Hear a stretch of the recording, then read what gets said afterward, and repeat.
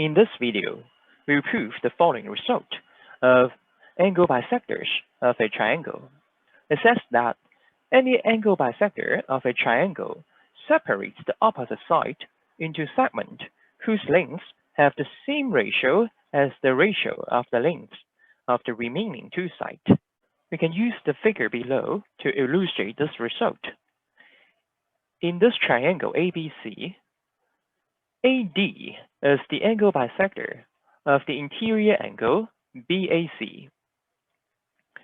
The result guarantees that the ratio between BD and DC is equal to the ratio between AB and AC.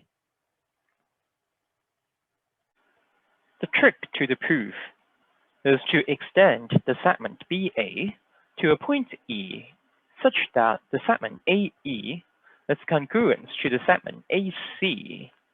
By doing so, we convert the result into the equivalent statements that BD over DC is equal to BA over AE. This in turn is equivalent to the segment AD is parallel to the segment EC, according to the basic proportionality theorem and its converse. So our goal here is to establish this parallelism. To see this, we observe that since AE is congruent to AC, by the isosceles triangle theorem, we must have the angle AEC being congruent to the angle ACE. Since the angle BAC is an exterior angle of the triangle ACE, we must have the measure of BAC equal to the sum of the measures of the angle AEC and the angle ACE. But since those two angles are congruent to each other, the sum of them is just the double of the measure of any of them, which means the measure of the angle BAC is equal to, say, the double of the measure of the angle ACE. On the other hand, we also observe that AD is the angle bisector of BAC. Hence, the measure of BAC is equal to the double of the measure of the angle DAC.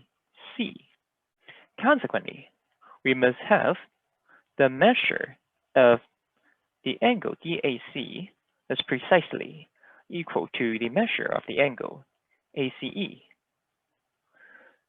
Note that these two angles are the alternate interior angles formed by AD and CE transversed by CA. From the alternate interior angle theorem, we must have the segment AD being equivalent to the segment CE, which is precisely what we like to prove. Hence, we conclude that the angle bisector AD is parallel to the segment CE, which in turn is equivalent to the result that we would love to establish. Let's quickly mention the corollary, which is actually the converse of the theorem. In the triangle ABC, if BD over DC is equal to AB over AC, then the ray AD is the angle bisector of the angle BAC. The proof is simple. Since the ratio between AB and AC is a fixed number, there must be only one point on the segment BC. say like D, such that BD over DC is equal to this fixed number.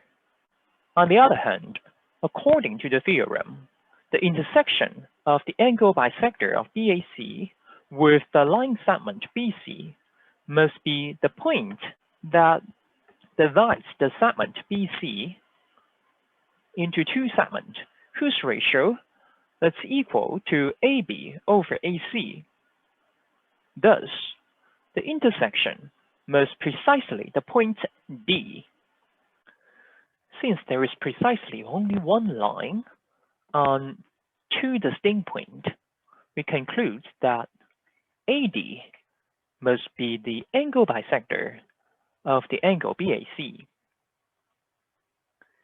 And that's our desired result.